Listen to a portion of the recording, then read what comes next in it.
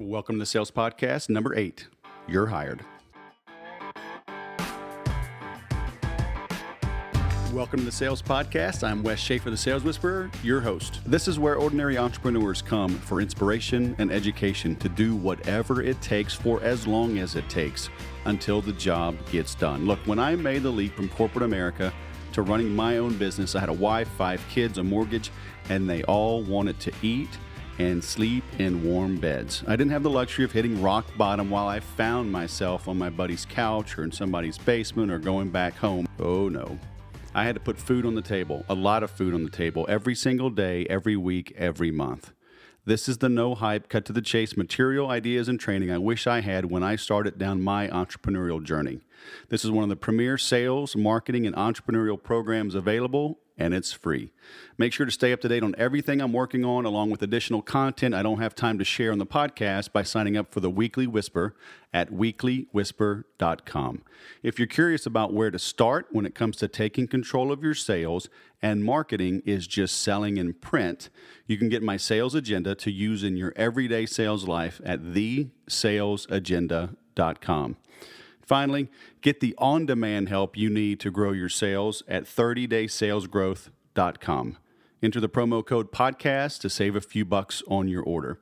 If you have any questions on ways I might be able to help you here with my team at The Sales Whisperer, feel free to email me, Wes at thesaleswhisperer.com. That is my actual email address. Now on to the show. Hey, you'll notice on this episode that the sound quality is not quite as good as these podcasts usually are. Both Marshawn and I were mobile. I had to record this in less than perfect circumstances. However, the content is worth listening to, which is why we published it. It's not bad. It's just not great. So enjoy this interview with the lovely, the gracious, the talented, the smart, the Godfidence woman, Marshawn Evans. Welcome, everybody. This is Wes Schaefer, the Sales Whisperer, and today my guest is the smart and talented Marshawn Evans. She sent me her bio, and I don't always read all the bios, but this one's pretty good. So I'll read a good chunk of it. And you can tell I'm reading because my lips are moving, right, Marshawn? Yes, sir. There we go. All right. She is a peak performance mentor and Godfidence coach to those looking to launch their dreams, elevate their voice, and make a lucrative living in alignment with their calling and divine purpose. She left her full-time job not too long ago to turn her passion into a $1 million enterprise as a speaker and entrepreneur. Now through her Me University, which she will explain, she teaches women around the world. Do you teach men too? Please tell me you teach men. The smart ones that are willing to learn from a female. Oh, all right. So she teaches women and smart men around the world to operate with fearless faith, birth their business, and take their message to the masses.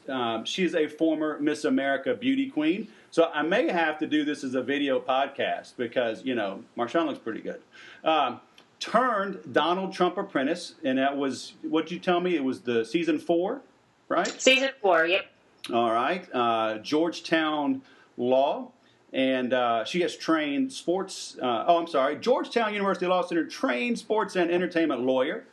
Clients have included Nike, HP, Delta Airlines, Boeing, Pitney Bowes, Office Depot, Home Depot. I can't even read all these. Ernst & Young, Tiffany & Company, and celebrities and pro athletes in NFL and NBA. In other words, she's got game. She has been admitted to practice before the U.S. Supreme Court. Has been featured by Essence, Glamour, USA Today, Fox News, The Paula White Show, Christian Living Magazine, The Big Idea on CNBC, which I want to ask you about. And is a regular commentator on CNN, Fox Business Channel, Black Enterprise, Pink Magazine, and ESPN.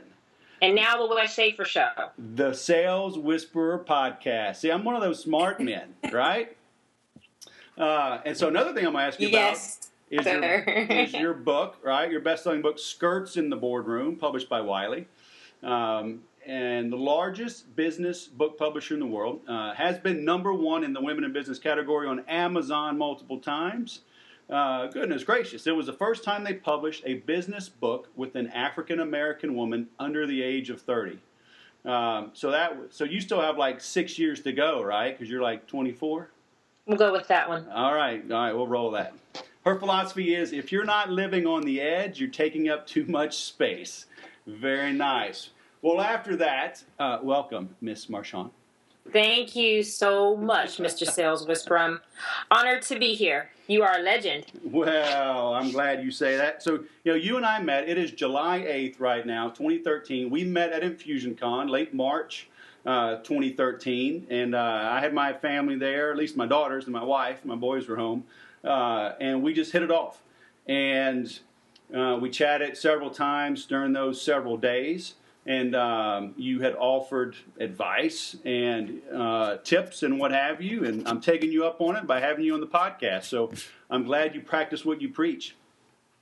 Well, that's I appreciate that, and I appreciate the invitation. It was it's something when we met, I could instantly see all of these different things for your speaking platform, and that's what I love helping people to do is really take their message to the masses. So I kind of can't turn it off sometimes, even just networking. I kind of see as a strategist all the time.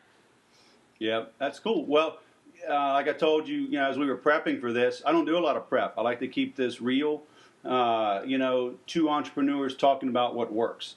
Okay. And, I want to go through as much as we can in 30 to 45 minutes, and you got a lot to cover.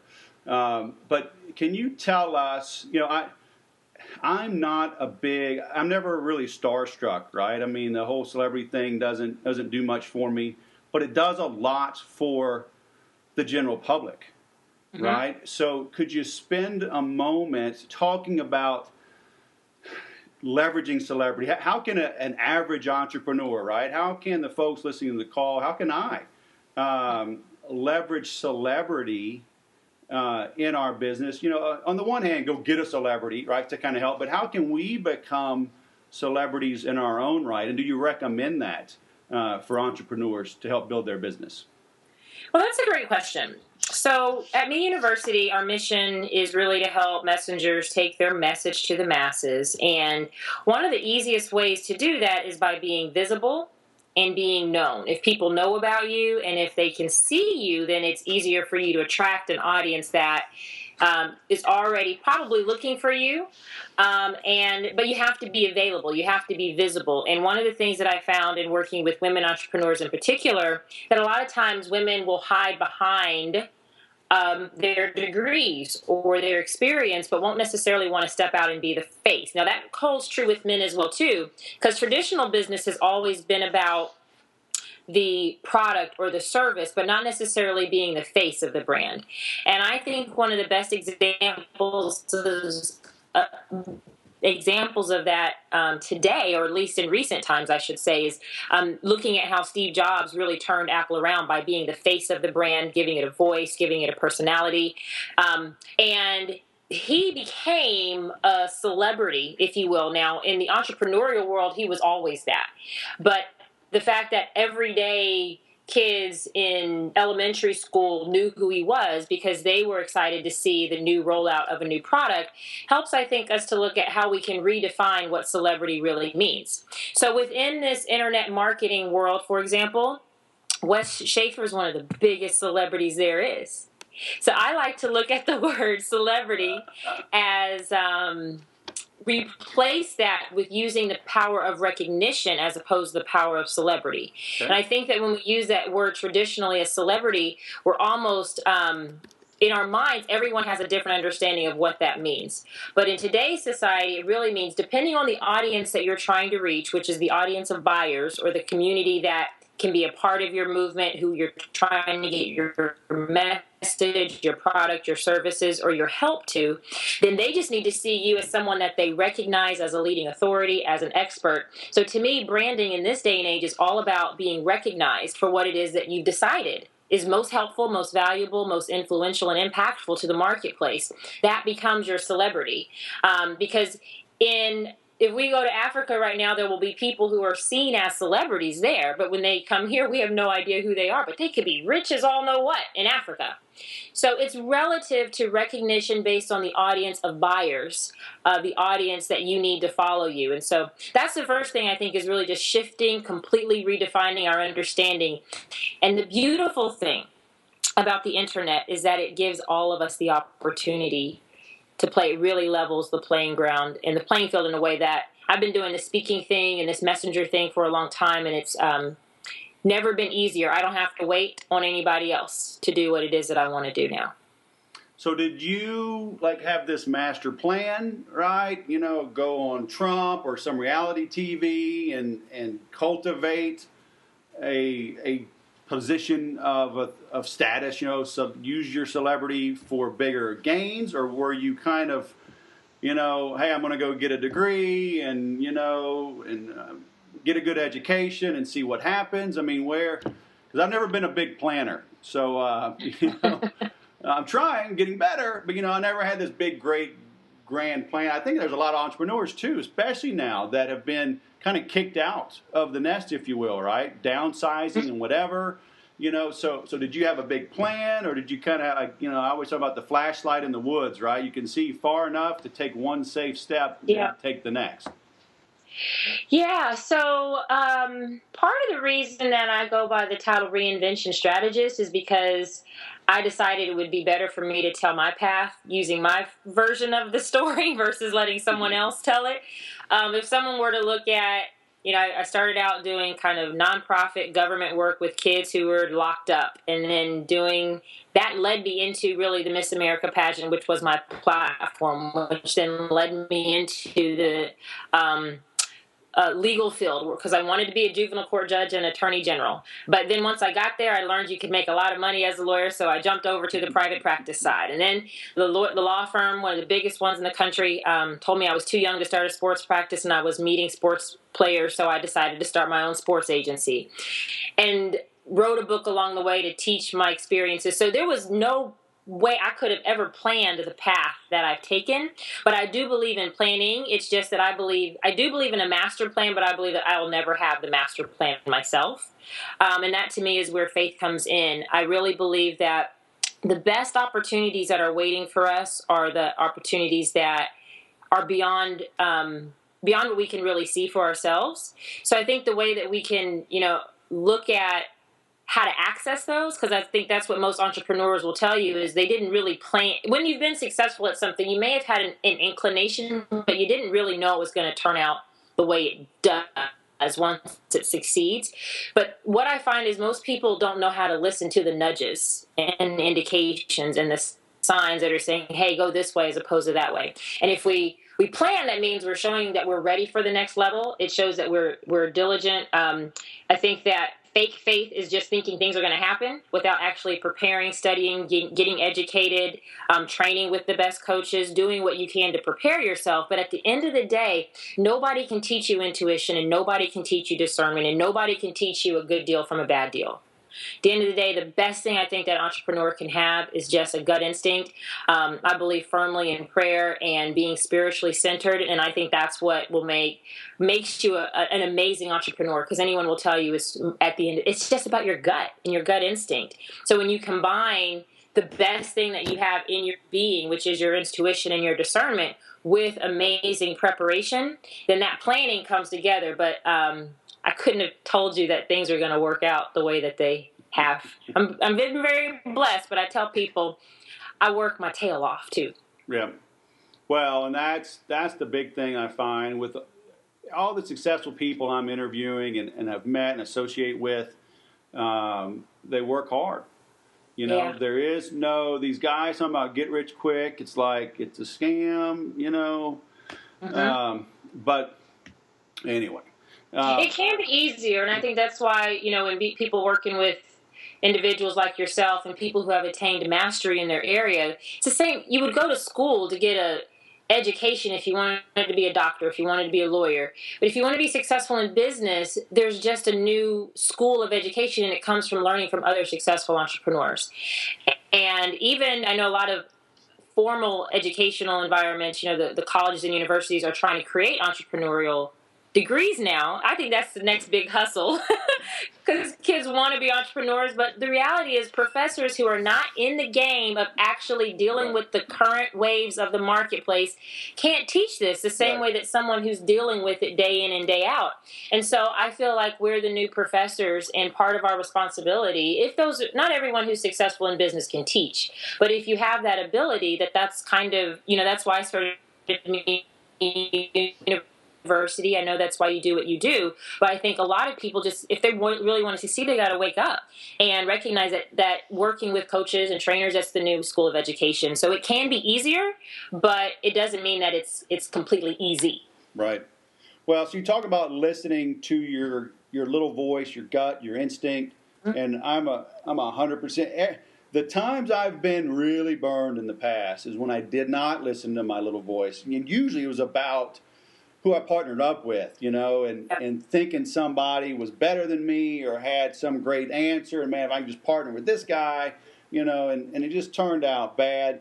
But on the flip side, can you talk about like what role have mentors, mastermind groups, things like that, what role they have played for you, and would you recommend that for people to kind of shorten that learning curve or maybe improve the gut instinct a little bit? Yeah, I'm a firm believer in mentors, and I think that mentors and coaches and trainers are very different. I think that you can have a coach that is a mentor, but not every mentor is necessarily a coach. And here's how I look at the difference. Somebody who mentors you will potentially find an interest in helping you develop some way in your life or in your career. And when we think traditionally, when we're younger as mentors, we think about teachers or community leaders, someone who takes us under our wing. Now, that's healthy. It's a blessing to have someone who sees potential in you, because I know there are so many doors that were opened for me, not because I opened them myself, but because someone was willing to show me how to do something. When I was in college, one of my professors pulled me aside and asked me to apply for a Truman Scholarship. Well, I had never heard of a Truman Scholarship, but turns out it was a $30,000 academic scholarship, and he helped me prepare for it, got other professors to help train me, and it was something the entire university at Texas Christian University put their resources behind to help me get in a position where I won that scholarship. It was great for the school because I brought the prize back to the university. So to me, that's an example of a true mentoring relationship where someone just pours and pours into you. Now, the difference is, the Bible says when I was a kid, I did childish things, but I put away those things. So to me, when you grow up, there's an elevated version of mentoring, which I look at as professional coaching and mentoring in terms of paid training. And you want to hire coaches that have a mentor's heart, because you really want someone who does believe in you. And I think a lot of coaches today really do it for the check. But you should look for someone who has similar values, someone who has a passion for your dreams and your desires to come to pass. And that has to be their calling. Because a lot of people have tried mentoring and coaching and they got burned from somebody who just really doesn't have the heart of a mentor. The mentor who learns how to coach and does that as a business, to me, is the best type of coach that you can get. So when you get in, what I have found now as an adult is that paying for someone's time is the best, is like continued education for myself. And when you went to college, you didn't think about investing in the university as an investment in your professors. You looked at that as an investment in your own education. And so many people, Wes, I think, are missing out on being able to truly live their dreams, operate in the financial place that they desire to be in, and have their own independence because they're just waiting for someone to come and rescue them. And oftentimes the sign is something like this, simply hearing your voice or my voice. And if it speaks to your spirit and something, when we talk about these aha moments, to me, it's just a confirmation that you're in the right place and you need more of what you're hearing from the people that you're hearing it from.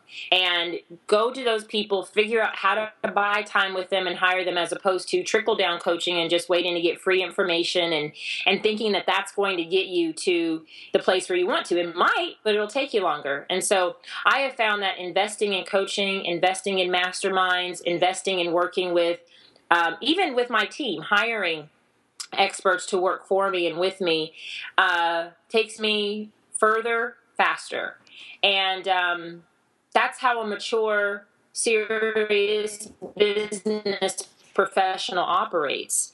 And I kind of have little patience for trying to, I want to invite people in, but you've probably experienced this as well, where you get to a point where you're like, you just want to work with people who get it and you want to help them get to their dream. But convincing someone that they need to learn what it takes to live their dream, it's kind of exhausting after a certain point. So I like to distinguish the difference between a mentor and a coach. I'm a coach and you're a coach, and entrepreneurs need to train with true coaches. And it's great if a mentor comes around, but don't wait for that, because you're going to be actually selling yourself short and delaying the impact I believe that you could be having in the marketplace.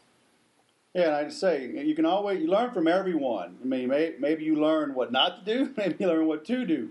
And sometimes you just got to put your money where your mouth is, right? Step into the role, find somebody. If they're not any good, then you know what to look for in the next one, and move on. Because that's my biggest thing. It's funny.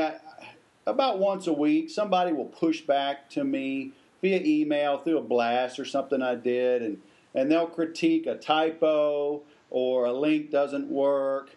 And as my business matures and my team grows, my stuff's getting better. Okay, and I don't want to put out junk. But I've gotten to where I am because I take action, and I'm willing to hit send, and get the word out, typos and all, because that's when things happen. When you enter the field of battle, right? I mean, you're either in the game or you're watching the game. I'm not one to watch the game, so. Well, there's this Bible passage that says in Ecclesiastes, that he who waits for perfect conditions will never plant. And it's so much easier for someone to sit on the sidelines and tell you what's wrong with your stuff that's not doing anything with it. And so that's a really good point that, again, to me, the school of education is the school of action. Like, once you're in it, it's not ready, aim, fire. It's ready, fire, aim. You fix it after you've tried it. It doesn't have to be perfect. Well, they talk about with planes, with GPS, the winds are blowing them all over the place. And it's just, thousands of corrections in a 1 hour, 3 hour flight. It's always, but it's going in general in the right direction, Yeah. Well, can I say one thing about fear? Because I think fear is really where that comes from. When people are skeptical even about investing in themselves, and people are skeptical about jumping in, there's this innate human desire where we desire to be accepted, to be celebrated, to be seen as competent and able.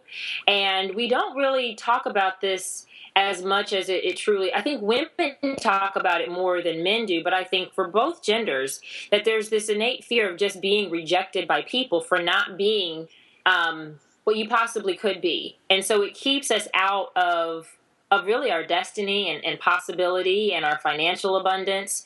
And so when I like to tell people when they're listening to the voice in their head, because to me there's usually two voices. There's the little me voice, which is telling you what you can't do, telling you what could possibly go wrong, explaining all of the risks, explaining and reminding you what happened before, what people said you couldn't do. That little me voice is really this yelling whisper, because it's the one that's the loudest usually.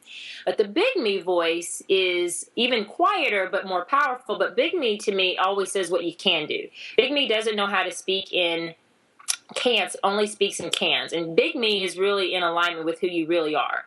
Big me says that you can do all things, that all things are possible, and looks for an opportunity and says, you can start before you're ready, and is designed to be an encourager and a cheerleader and an affirmer. And that's the voice. When you listen to entrepreneurs who succeed, they take the first step and they decide, you can have your choice. They chose just to listen to the big me voice. And I can tell you that to this day, it's still a day by day thing where I have to choose to listen to big me.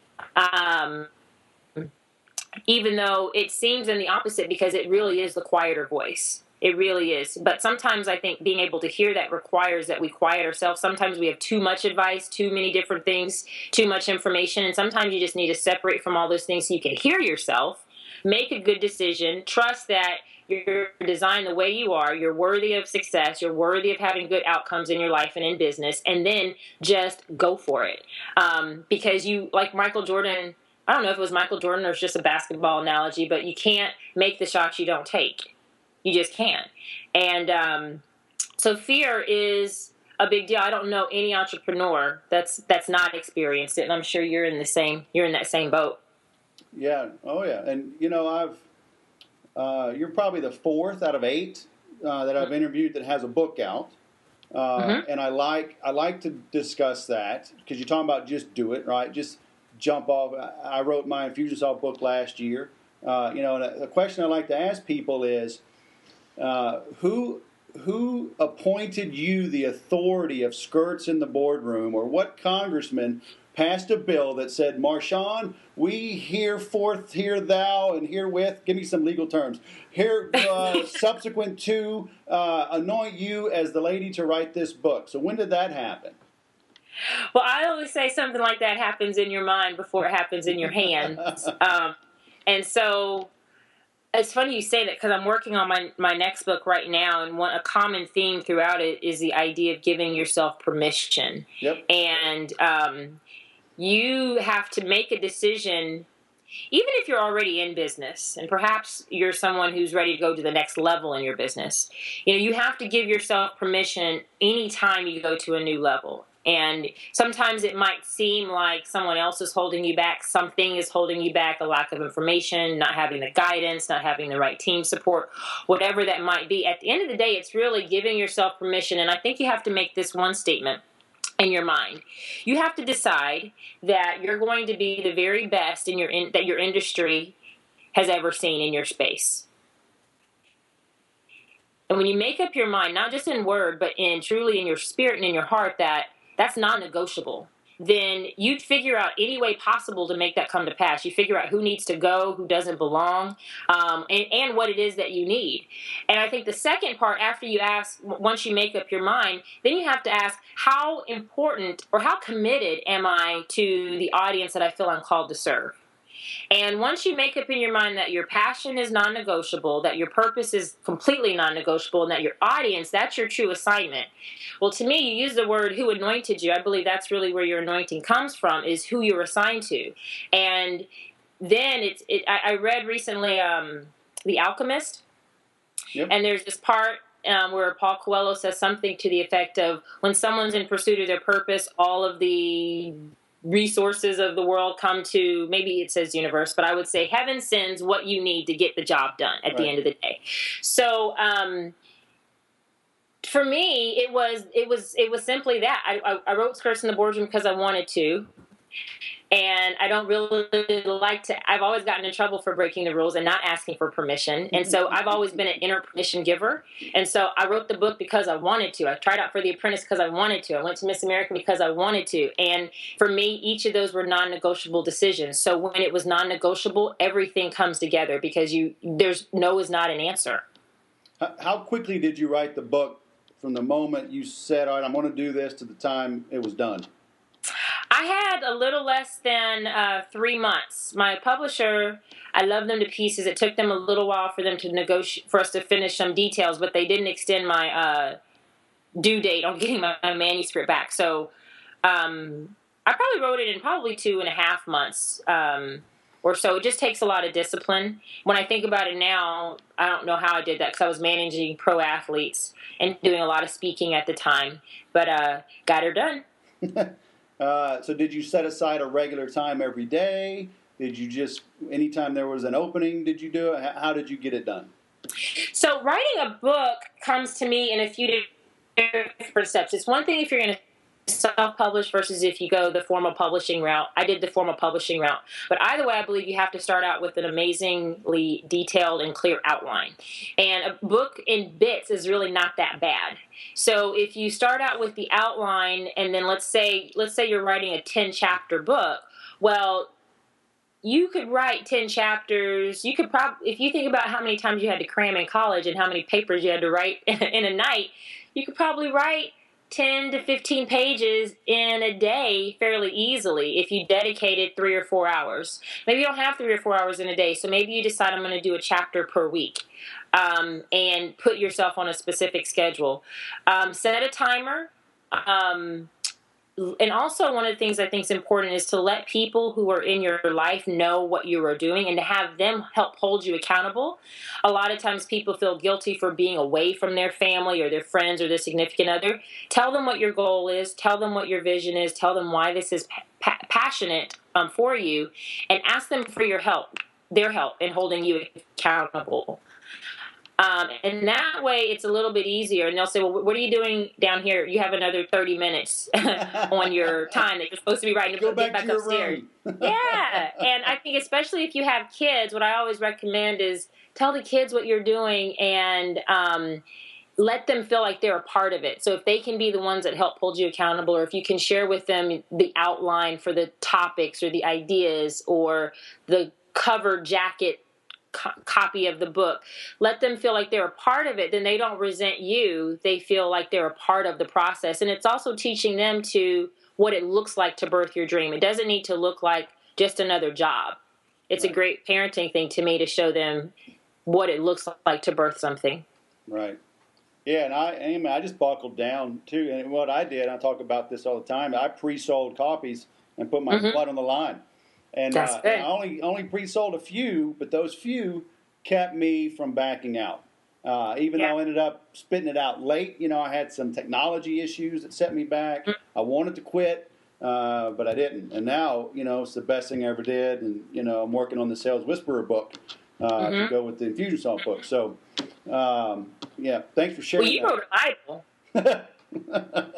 You did. You wrote a Bible. You really did. And that took a lot of discipline. Good grief. But I'm glad I did it.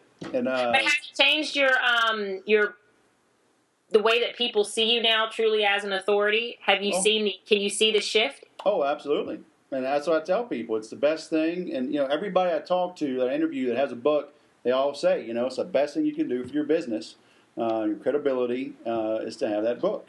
And so that's why I like to cover it on every call if somebody's got a book. I mean, it's just, I want my listeners to go, even if it's a small book, 100 pages, 150 pages, whatever, get it done. And I self-published. I did mine through CreateSpace on Amazon, partly because it's a software book. I have to update it at least twice a year. But I didn't know the publishing route, so my goal is to, have a hardback book, kind of like a Jeffrey Gitomer kind of mode, but I just got it done, and so CreateSpace was fine. I encourage people to go use it, but so I'm glad you covered that. So I look forward to your next one. Absolutely. I will tell you, it's gonna combine a little bit more of I'll tell you the subtitle is around manifesting miracles from the inside out. So it's really about what it takes inside to actually believe that you are as bad as God believes you are. In a good way, the good bad, not the bad bad, but the good bad. Because I think that's what it takes right now. I think that it's just, I'm amazed, Wes, in coaching people and even me being a part of a mastermind group too. The number one thing that I hear every day is just different versions of fear. Every day.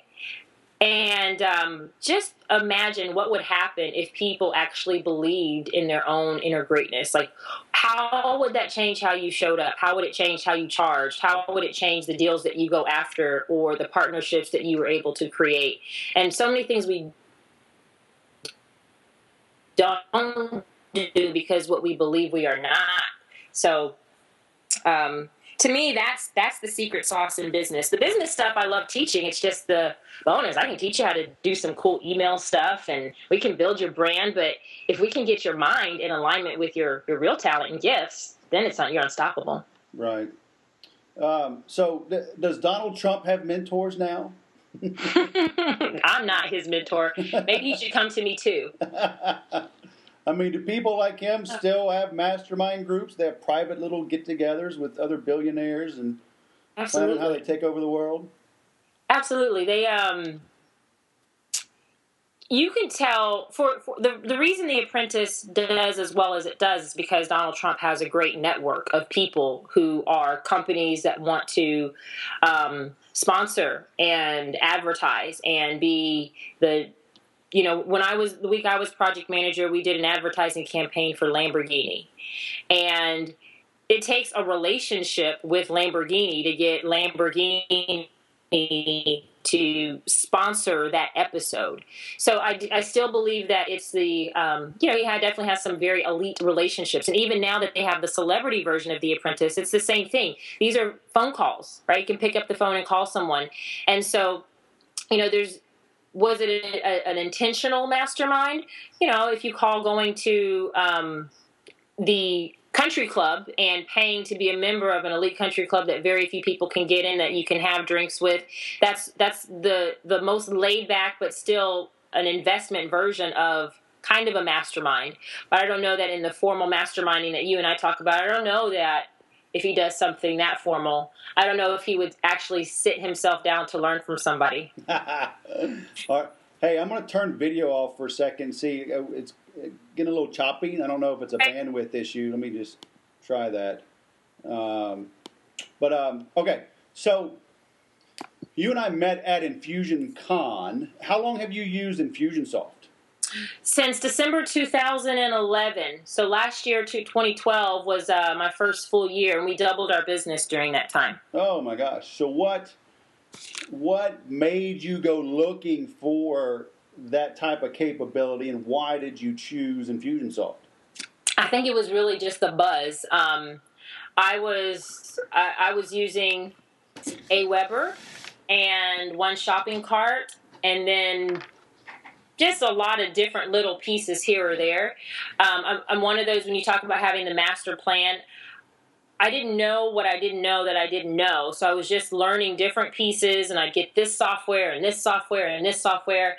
And the myth that I heard was that I had to be further along or big, and I don't know what that would look like, but in my mind it was there's some other place that I needed to be before I was ready for Infusionsoft. And I just accidentally clicked on a link that caused a video to be sent to me, and actually watched the video, and then took a call with someone from Infusionsoft who actually talked me through it. Had no intentions of falling in love with it. And it's been a very, very wise step for us. And it's just nice to have it all in one place. And I feel like I'm a constant student, continually learning how to improve. So in some ways, it meets my challenge desire, which is just to have, I don't know that you could ever fully use all of the capabilities within Infusionsoft. Right. If I were the sales whisperer, of course I could. Hey, I'm still learning every day. So as a learner, I like that there are features that they continue to improve, they listen to, and I'm a trusted advisor with them. They've sponsored my events. And so I've been very happy with the stuff at Infusionsoft for sure. Yeah, something important that you said there earlier was that, were you big enough for it? I hear that all the time, and a lady I followed for years, very successful. She had told me, what is your intention? As I was looking at technology and tools, just other things and so it's like there is a fine line, right? You can bite off more, you could chew, I admit, in general, when to incorporate and to go get an office. I worked from home for 13 years before I got my office. Mm-hmm. But when it came to Infusionsoft, people are typically juggling, the multiple system chaos, juggling a constant contact with Excel, with Salesforce.com, with ACT, with, one shopping cart, and that cutting and pasting. And it's like, if you're going somewhere, if your intentions are to go get big, I think that's the first purchase.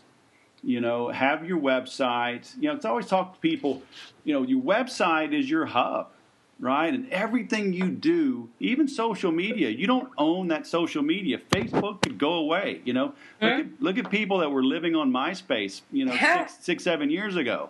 It's coming back a little bit, right? But social media, all this can go away, but your website and your list you'll always own, right? Absolutely. Sure. Absolutely. Yeah, I always say that your website is your home base, that's your mothership, everything else, and that's the home that you invite people to. And Facebook, Twitter, all of those are simply like greeters, and you really want to use those strategically to get people back to your home base. But, understanding just the concept of building a list really changed my business, and it's the number one thing I think that I now press upon new entrepreneurs and speakers, because speakers just want to be on a stage, right? And I get that, and I've been traveling for a long time. Done 7 figures as a speaker on stages. So I know that business very well, but I also knew that I wanted to retire at some point, and that the new model of a speaker today has to be in having an audience of your own, so that you can, because otherwise you have a job. If you're just speaking and waiting for the phone to ring, that's not freedom, and that's not independence as a speaker in the year 2013 and beyond. And so for me, learning how to build a list has given me complete freedom. I lost my Sky Miles privileges on Delta Airlines last year, which was odd because I've always been an elite member, and it was because I didn't have to travel. But again, I said last year I doubled my business. Why? Because I had a list, because I could launch what I wanted when I wanted, could hold my own events, my own platform. I could speak about what I wanted to speak about. I could choose if I wanted to have my sponsors like HP and Office Depot and Home Depot, or if I just wanted to do, at any point in time, if I say, you know what, I want to make 50,000 or 6 figures this month. I have a list now that I can go and do outreach to. And if I don't have that, then I've got to wait for the phone to ring. And so Infusionsoft has been really helpful in me being able to create different segmented lists, and just having the sophistication of software to help with what I believe is a sophisticated message to get out there. And so, and the last thing that I'll say about this whole readiness thing, if you're just getting started, I have some clients who, again, they're just getting started, but they use the exact same philosophy. I don't want to have to go and do things and then start all over. Right. And if it costs more than what you're expecting, then that means get out there and start making the money. Sometimes if you start using a free service, you're not figuring out how to try to cover the expenses of a free service. Right. So sometimes it's also a motivator to be like, well, if this is how much it costs a month, I need to be going out and generating 5 or 10 times. At one speaking engagement a month will do that for you. So sometimes I use it as a motivator for those clients who say they want to do it, and they tell me about the pricing point. And I said, well, hey, and we kind of do some special campaigns that we give to our clients preloaded in Infusionsoft, so that they can have some speaker templates just to make it easy for them to get their fastest path to cash. Oh, nice. So who's your favorite Infusionsoft certified consultant, author, speaker, trainer? Is this a trick question? Hey, don't make me edit this out. I will do it. Hey, so when it comes to speaking, you can answer that question later. Okay.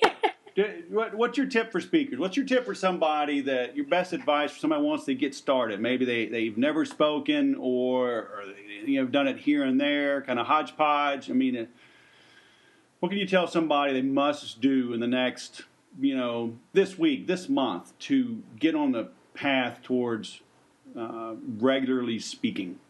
I think the number one thing is clarity of message.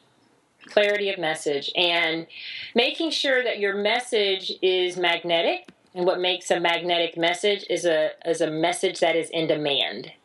It doesn't mean that you manufacture a message that you think the market wants, because there'll be no passion, there'll be nothing that you bring that's unique and intrinsically you.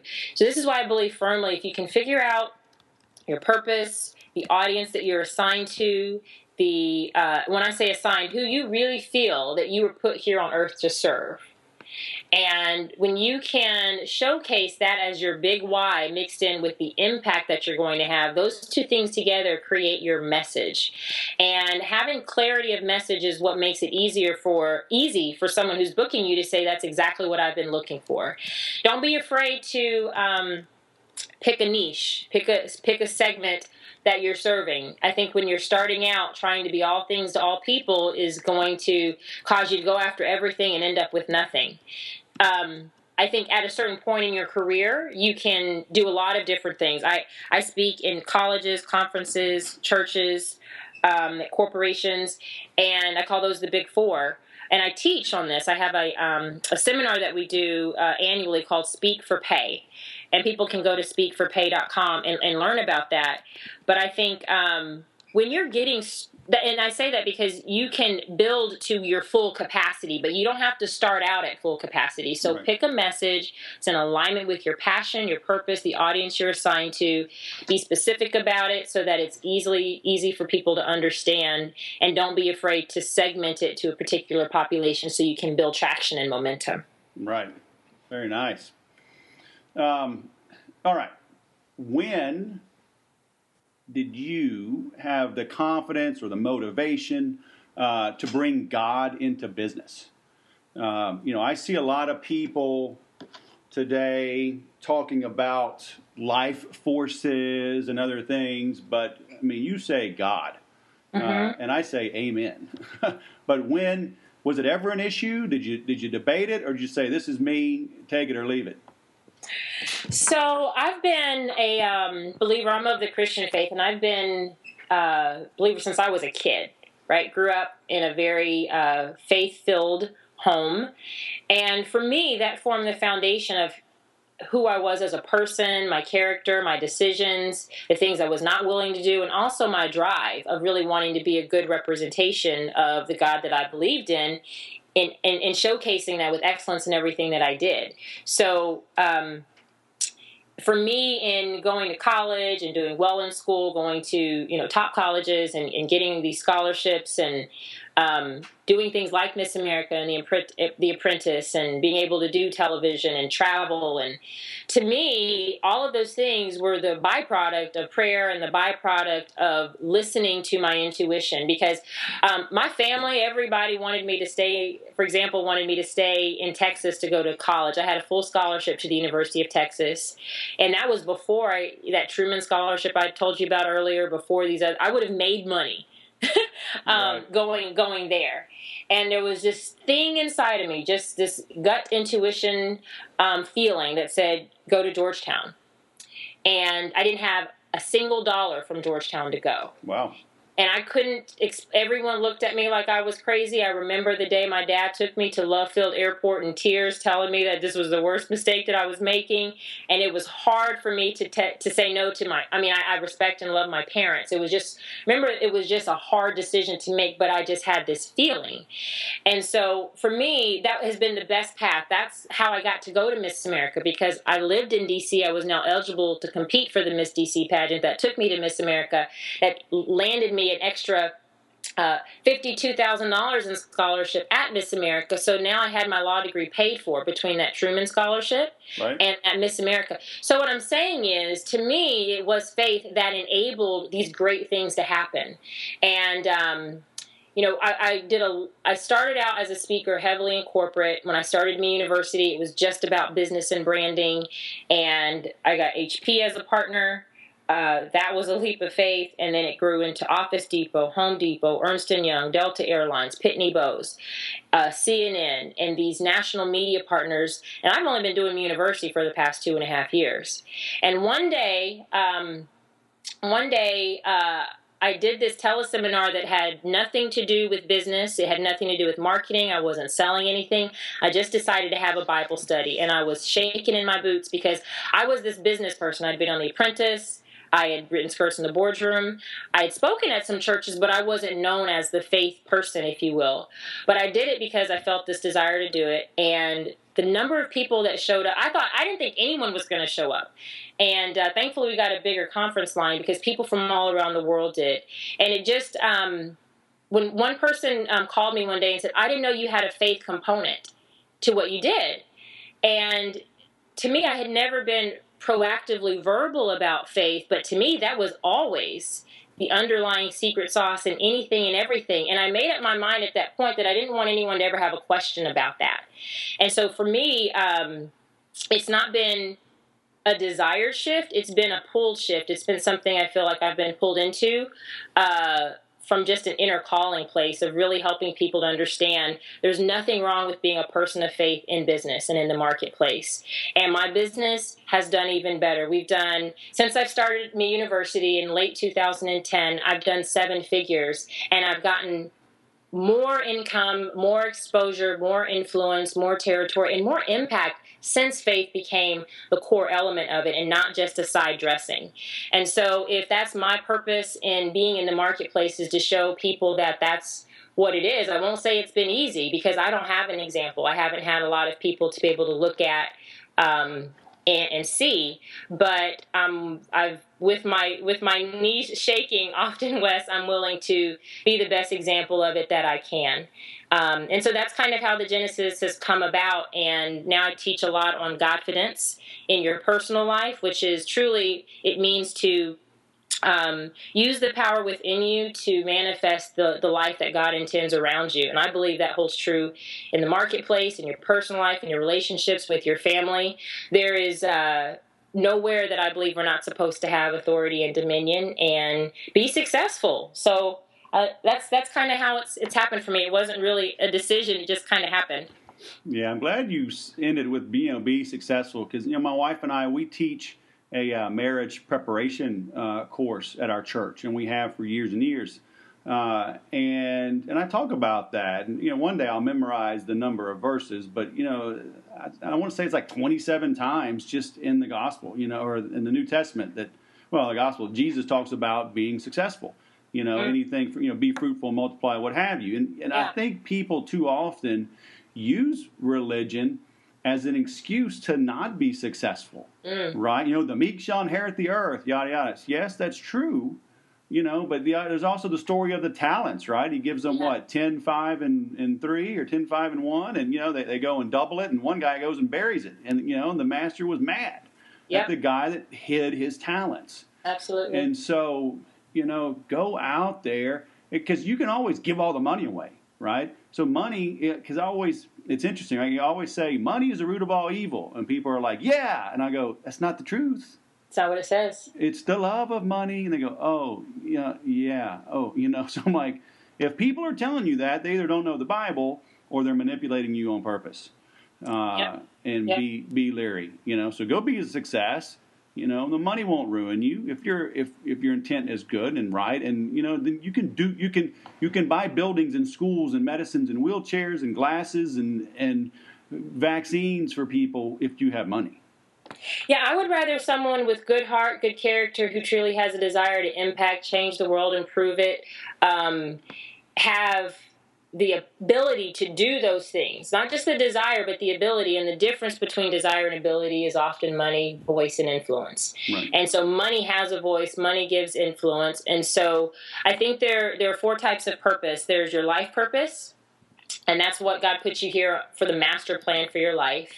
That gets manifested in your personal relationships with your family and in the gifts and things in your life. And then there's your talent purpose. And your talent is what you develop over time in your career. And then somehow you wake up and you realize that you have more than just talent. You have these gifts, and that you might be able to use these gifts in a way that aligns with your life purpose. So you enter into phase 3, which I call your influence purpose.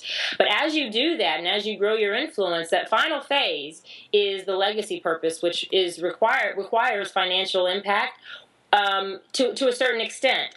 And so, it's not necessarily just, I just think it's important that we put ourselves in position to have the influence that we want to have by preparing for those things. And there's nothing wrong. There's everything right with money. There's everything right with it. And I never in a million years thought I'd be a person who talks about money. But Christ came to bring good news to the poor. And I think part of that is changing the poverty mindset. And there are a lot of people who are sitting even in nice cars and nice houses, but aren't fully maximizing what they have inside of them because of thinking that that's not what it means to be a believer. And I just think that we need to showcase a different picture. I'm trying to showcase a different picture of the God that I serve, in that it is to his honor that we bear much fruit, and fruit that would last. And you're doing that as well too. You don't have to necessarily be as vocal and quoting scriptures like I do. I don't do that when I go and speak in corporate America. But I do talk about purpose and maximizing and multiplying your gifts, because to me that's what it's all about. So it's also learning how to be bilingual to a certain extent. But that's just my philosophy about marketplace and business and money. And I believe that there's no limits, and the limits that we have are the ones we place upon ourselves. Right. Very well put. Well, I thank you for taking this much time to share your message. You had mentioned speakforpay.com. Mm-hmm. And then your best website to find you is at marshawnevans.com. Yeah, MarshawnEvans.com. You can actually just go to Marshawn.com, MARSHAWN.com, Okay. and stay up to date with. Well, you get a couple things. You can join our weekly Motivate Me e-zine, which I send out tips and inspiration on faith and business and life every week, and every Tuesday to be exact. So, if anything has helped you, then I'd love to stay a part of your life if you're listening, to help you with whatever you're working on. And then if you ever want to come and check us out at a live event, you might see Mr. West on stage at one of them, but you won't know unless you're signed up. So make sure that you sign up there. And then I'm also on Twitter and Facebook as well. Very nice. So how long ago did you buy Marshawn.com? Because that's a pretty good name. That's a great question. I bought that when I competed at Miss America. The pageant directors for Miss DC bought my name the night I won. Wow. And how you don't want something until someone takes it? Oh. Right away, I knew that meant my name was important. Now, that was in 2001, and no one had personal domains back then. That wasn't common like it is now. Sure. So I asked them if I could buy it, and I spent that entire year that I was Miss DC building my website, and went ahead and bought Marshawn.com as well. They sold it to you? I mean, like, easily? Oh, I got it back within a couple of days. I was a future lawyer. Of course I was going to figure out how to get my name back. All right. Well, So, I mean, it's just the first name. I mean, that's cool. I mean, good for you, because they could have been tough about it. Well, they actually didn't buy that one. That was probably the first spin-off domain that I got, and now I've got hundreds. But yeah, I just I figured Oprah goes by her first name, and so does Tyra. Oh, it's fantastic. I mean, I'm gonna go buy mine on another TLD, and I gotta get it secured before I announce it. But I got Wes Schaefer. I bought all my kids, years ago. But even that was tough. I had to use some middle names in there, but at least my kids have them. But having just your first name, that's 12 years old, huh? Because those are all long gone. Yeah, I get a lot of offers for that one, actually. Actually, a lot of India people have that name, people in India. So I get a lot of requests for that one. Oh, but wow. I look at that as part of the future. Amen. Well, thank you very much. It was great catching up with you. Thank you. We're going to have you at Me University in some way soon. Okay. You let me know, and I will be there. Okay. Thank you, sir. Okay. Keep whispering. I will. Thanks, Marshawn. Bye. Even with the less than stellar audio, that was a stellar interview, was it not? Pay attention to Marshawn. She's doing some great things. She is always on the move. She is always creating. She is always helping others grow. Her Me University and her confidence programs are just continually inspiring people, and I will hold her to that promise to get me on her stage. Notes and links from this podcast can be found at thesaleswhisperer.com/session8. Please visit there and click to tweet to let everybody know that you enjoyed this podcast and help others find this information so they can grow as well. Show feedback and guest suggestions are always welcome. Let me know what topics you'd like me to cover and any cool guys or gals you'd like me to interview. You can hit me up at wes@thesaleswhisperer.com. And if you want some affordable, live, interactive help from me and my team twice a month, check out marketingautomationnetwork.com. Even if you don't have an email or a CRM tool running yet, there's no other place on earth where you can get direct access to my team and me to answer your questions and record the answers and give you access to those sessions. You'll get access to the entire archive of sessions going back several years. So head on over to marketingautomationnetwork.com and sign up now. Remember to subscribe to the show, write me a review in iTunes, and I will love you long time. And please tell your friends, all right? The best compliment you can give is to share your feedback with a review and telling your friends about the show. And as always, remember to sell different.